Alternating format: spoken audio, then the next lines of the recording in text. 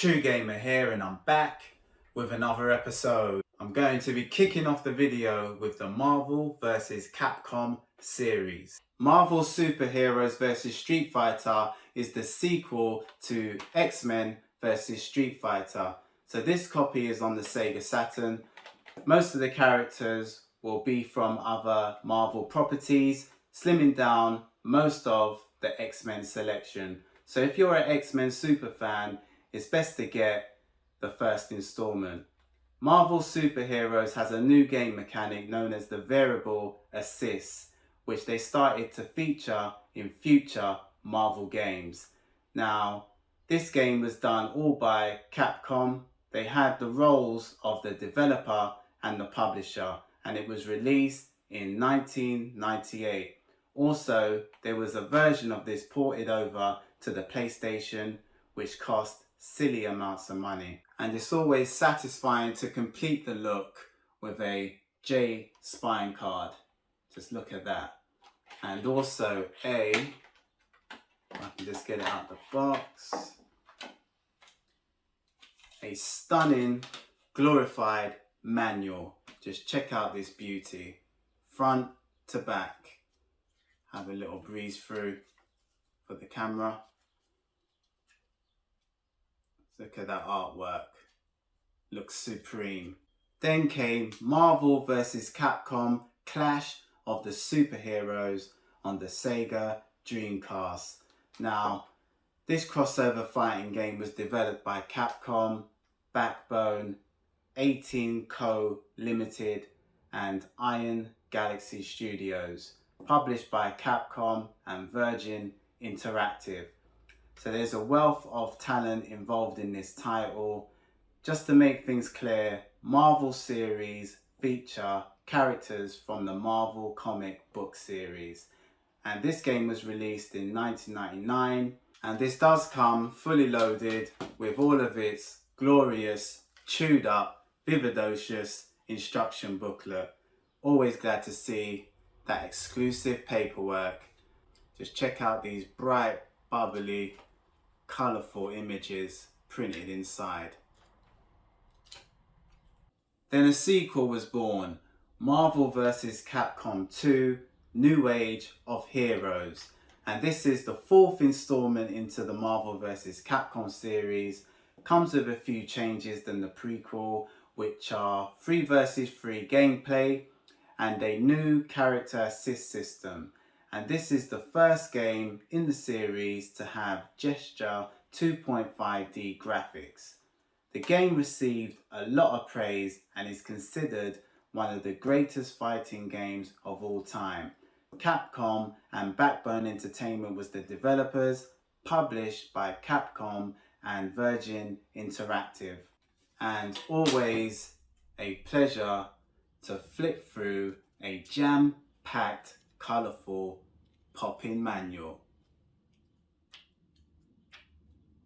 Then fresh into a new generation of consoles was Marvel vs Capcom 3 on the PS3. And still to this day, Marvel vs Capcom 3 Fate of Two Worlds is one of my most loved entry in the series. And Capcom and 18 were the developers, Capcom were the publishers, and it was released in 2011. They did bring out another iteration to the title, which was Ultimate Marvel vs Capcom 3, basically just adding a few more characters, but it's just the equivalent of DLC on a disc. And all of the documentations are present on both of the titles. The cover art on these manuals are exceptional. Makes you feel like you're in that crossover universe. And the 6th installment and the most recent to arrive into the Marvel vs Capcom series is this one, Marvel vs Capcom Infinite. And I did enjoy the story mode very much, along with the new gameplay mechanic in the form of the Infinity Stones, giving you these unique abilities. Now, I did get my copy with my collector's edition, which was absolutely groundbreaking. So much superheroic items, and the statues was electrifying. you can just marvel and admire them for hours and hours. No pun intended. Now, I did get myself the collector's edition, so it came with a few extra prizes, and that is a terrific steelbook, along with this stylish looking sleeve with some superhero artwork on the back, which just adds that little bit of pizzazz, you know what I'm saying? And I think that this is Ultron on the front, if I'm not mistaken. I might have got it all wrong. And unfortunately, these were the turn of the times where manuals were not included. You only had to settle for these flimsy bits of paper just shoved inside of the cases. But we do have some more bonus artwork inside of the steelbook, which just looks absolutely fantastic. Check that out. This steelbook is one for the record books.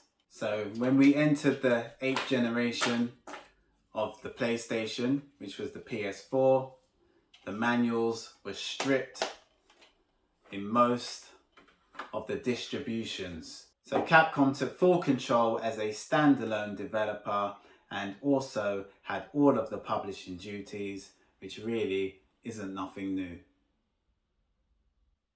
Next up is the Capcom vs SNK series.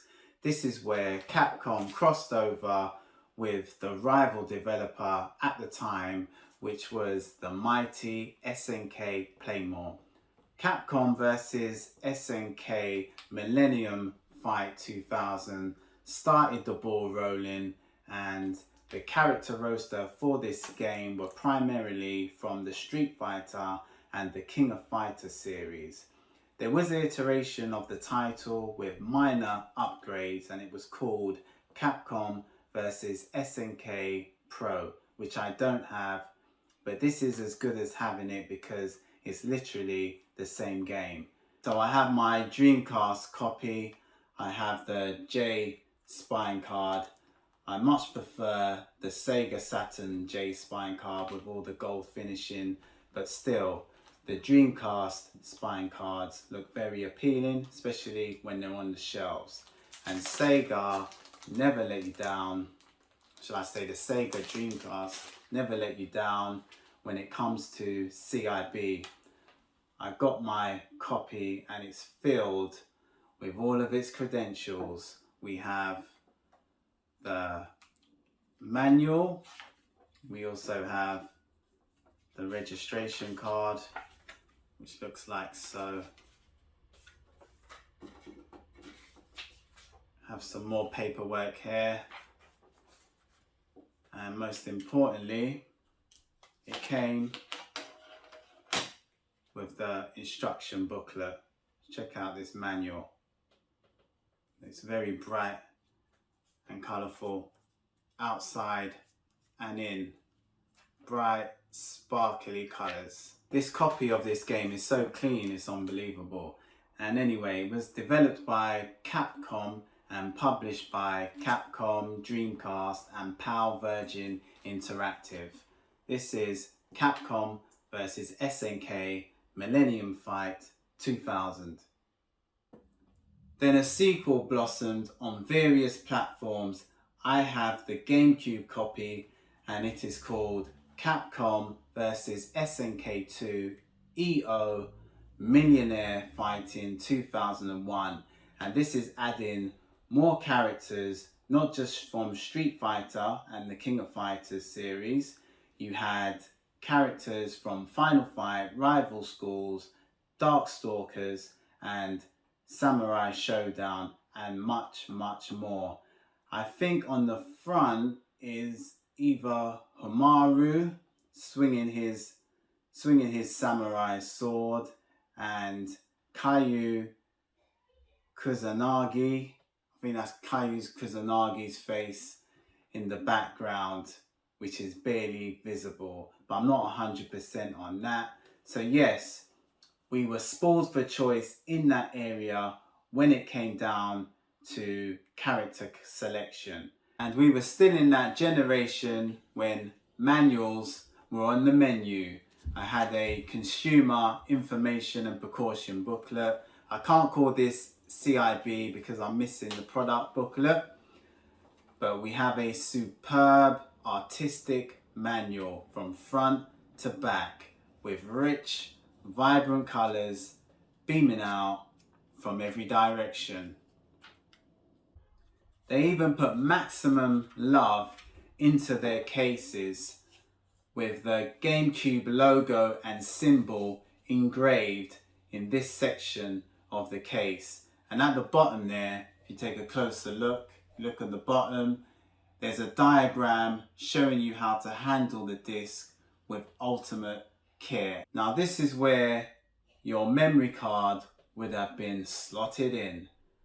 Now fast forward 20 years later, we are left with cases looking like this. And that's the future, guys. Code in the box. They could at least had a Switch logo printed inside just to establish you have the official case. So these days, it would just be impossible to distinguish whether you have the real or the fake product. Just look at the difference, guys. So Capcom and Capcom Production Studio 1 were the developers and Capcom were the publishers, and it was released in 2001. Then we have X-Men Children of the Atom, which looks absolutely brilliant on the Sega Saturn.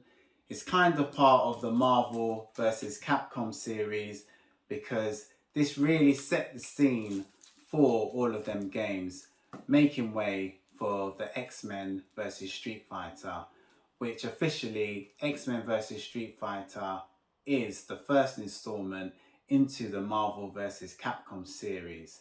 Now this game plays similar to Super Street Fighter Turbo with all of the mid-air combos you can do. And what makes this part of the Street Fighter crossover series is Akuma features as one of the hidden characters.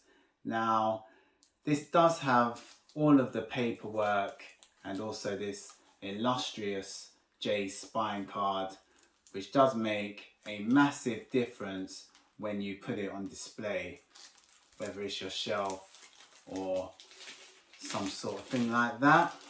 And this manual is legendary.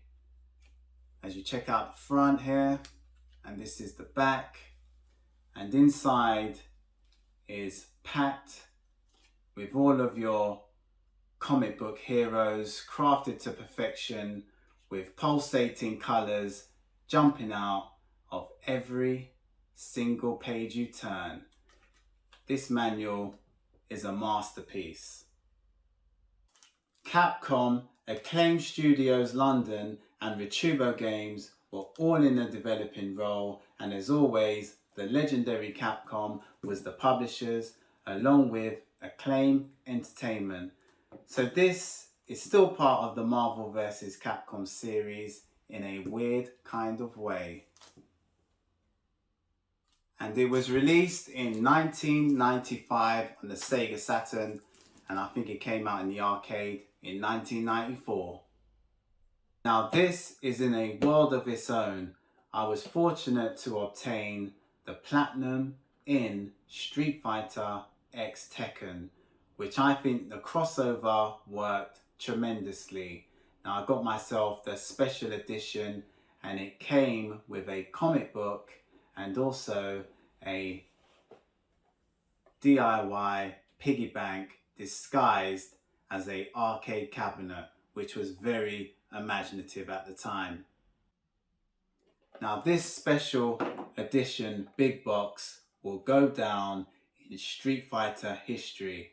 Now I did love the game, and I loved it so much that I repurchased a sealed copy because I used to sell the games back in the day, most of the time after when I got the Platinum. So a lot of games I had to go and rebuy them. And the gem system in the game worked very well, and the Pandora mode was unique and never been done before. So this game will remain in the cellophane to enter that special club, Street Fighter X Tekken. And this was presented in true comic book fashion. And there was supposed to be a sequel that never came into fruition, and that would have been called Tekken X Street Fighter. Capcom and Dimps was the developers, and Capcom took total command in the publishing duties. And Street Fighter X Tekken was released in 2008. And last but never least game in my Street Fighter crossover series is Tatsunoko vs Capcom Cross Generation of Heroes. If you had the international version, it would be called Tatsunoko vs Capcom Ultimate All-Stars. I really don't know which one sounds better, but since I own the Japanese version, I have to be biased and say this one. But really, the international version did have more features, so it might be the best version for you to get. Now, I do like the cover art on the front, and the back is filled with pure delightful artwork, and it comes with all of its glorified paperwork, which I always like to see. Now you do have yourself a Club Nintendo leaflet kind of thing, and 2 more extra leaflets. But most importantly, a thick, vibrant and bright, shiny manual. Check out the front there. Some great illustrations on the back, which just looks excellent. And inside, the colours once again are jumping in all kinds of angles there. Just check that out. Now you don't see stuff like this very often these days. Bring back the love, and that's a shout out to the developing nation. This time around, 18 took full control of the developing role, and Capcom were the publishers as always. Tatsunoko vs Capcom Cross Generation of Heroes was released in Japan in 2008, then it was released internationally in 2010, and it went by the title of Tatsunoko vs Capcom Ultimate All-Stars. So that's all the titles involving Street Fighter in my crossover series collection. I know I haven't got everything, I think I'm missing a few, but I'm more than satisfied with what I have. Plus some of the prices are starting to become outrageous, so when the price is right, I might strike. Okay guys, if you like the video, give me a thumbs up, even better, subscribe. Till next time, see ya.